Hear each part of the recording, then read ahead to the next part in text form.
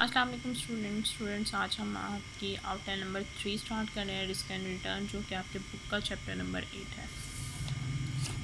यहाँ पे अगर हम सबसे पहले देखें तो यहाँ पे इन्होंने हमें पोर्टफोलियो की डेफिनेशन दी हुई है। बेटा पोर्टफोलियो क्या होता है? अ कलेक्शन और ग्रुप ऑफ एसेट्स, वो कलेक्शन या वो ग्रुप जो जिससे आप एसेट्स को कलेक्ट करते हो, ठीक है। उसके बाद यहाँ पे रिस्क बताया हुआ है। बेटा रिस्क क्या है? हमें पता है कि हम हमारे इन्वेस्टमेंट पे जो हमें रिटर्न आना है, अब वो रिटर्न हमें इन पॉजिटिव टर्म आता है कि नेगेटिव टर्म आता है, ठीक है। ये हम रिस्क फेस करते हैं। किसी भी बिज़नेस में कहीं पे भी इन्वेस्टमेंट करें तो ये रिस्क हमें फेस करना पड़ता है। उसके बाद नेक्स्ट आती है रिटर्न डिफाइंड। बेटा यहाँ पे टोटल रेट ऑफ रिटर्न बताया जाता है, द टोटल गेन और लॉस। अब आपको प्रॉफिट हो रहा है या लॉस हो रहा है। Experience on an investment over a given time of period, किसी खास टाइम पीरियड में आपने अगर इन्वेस्टमेंट की हुई है वहाँ पे। Calculate by dividing the asset cash distribution during the period, उसको डिवाइड किया जाता है उस एसेट्स कैश के साथ जो आपने उस टाइम पीरियड में डिस्ट्रीब्यूट किया, ठीक है। उसमें प्लस किए जाते हैं फिर वो वैल्यूज़ जो beginning of the time period में इन्वेस्टमेंट होती है, ठीक है। अब हम इसको फॉर्मूले के अकॉर्डिंग देखते हैं। तो R S is equal to C T. अब आर टी क्या है? एक्चुअल एक्सपेक्टेड और रिक्वायर्ड रेट ऑफ रिटर्न, ठीक है। और ड्यूरिंग अ टाइम पीरियड तो उसको टाइम टी से डिनोट किया गया है, R mean rate of return, ठीक है। फिर सी टी क्या है? बेटा ये कैश फ्लो रिसीव्स हैं जो कि आप एसेट्स या इन्वेस्टमेंट एक स्पेसिफिक टाइम पीरियड के बाद करते हो। यहाँ पे T-1 to T-1 mean tax में से टी में से माइनस करनी है 1, तो यहाँ उसको आप कंसीडर करोगे टी। फिर पी टी क्या है? बेटा पी है price of assets at time, उस टाइम पे प्राइस ऑफ एसेट क्या है, ठीक है। फिर P-1, अब प्राइस ऑफ एसेट जो है उसमें से माइनस कर देना 1, तो C T mean cash received. फिर P T mean price of assets at the time and P T mean -1 price of assets at the time -1 divide by same P T -1। तो ये एक फॉर्मूला है students. उसके बाद अगर हम यहाँ पे आते हैं तो यहाँ पे रिस्क प्रेफरेंसेस बताए हुए हैं। बेटा यहाँ पे रिस्क एवर्स बताए हुए हैं, रिस्क न्यूट्रल बताए हुए हैं, रिस्क सीकर बताए हुए हैं। बेटा रिस्क एवर्स वो होते हैं जिनका एटीट्यूड ये होता है कि वो इंक्रीज रिटर्न चाहते हैं, यानी कि वो रिटर्न अपना ज़्यादा चाहते हैं। वो चाहते हैं कि उन्हें इन्वेस्टमेंट पे जो रिटर्न है वो ज़्यादा हो, तो वो उसके लिए अपना रिस्क भी ज़्यादा लेते हैं। न्यूट्रल वो होते हैं जो दरमियान में रहते हैं, वो चूज़ कर लेते हैं वो इन्वेस्टमेंट जो उन्हें रिटर्न उतना दे ताकि उन्हें रिस्क ना ज़्यादा लेना पड़े।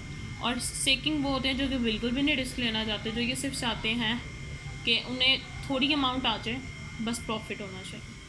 उसके बाद यहाँ पे अगर हम देखें तो risk of a single asset, एक सिंगल एसेट का रेट यहाँ पे उन्होंने बताया हुआ है। सबसे पहले एनालिसिस किया हुआ है। ये एक अप्रोच है जो असाइन कर रही है risk that use सर्वल possible alternative outcome, जहाँ से आपको डिफरेंट आउटकम्स रिसीव हो सकते हैं।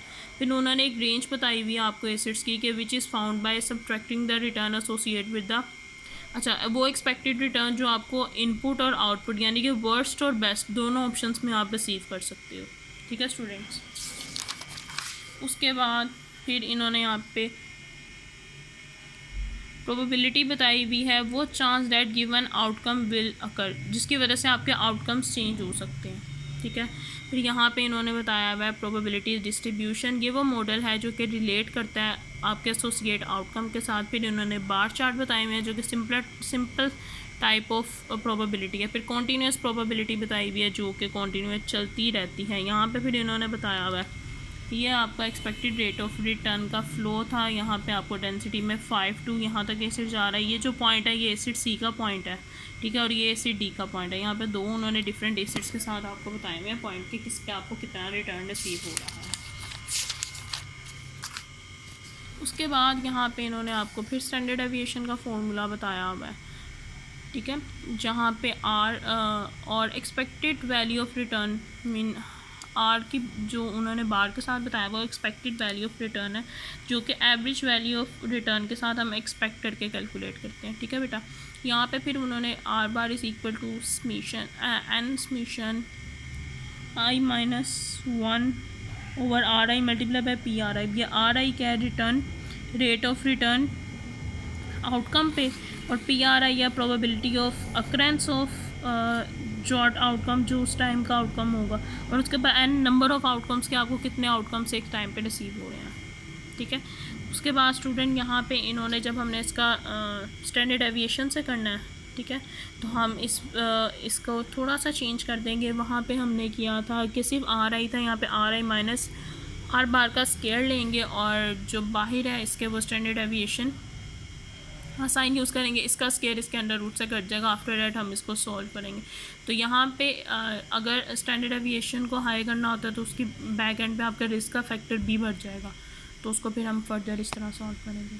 आई होप स्टूडेंट्स आप ये फॉर्मूला साथ साथ करते जाएंगे और आपको ये एक दफ़ा खुद भी थ्योरी रीड आउट करनी पड़ेगी, ताकि वो वर्ड्स या वो चीज़ें जो आपको सुनने में समझ नहीं आए, आप जब रीड करोगे आफ्टर दैट आपको समझ आ जाएंगी। Thank you.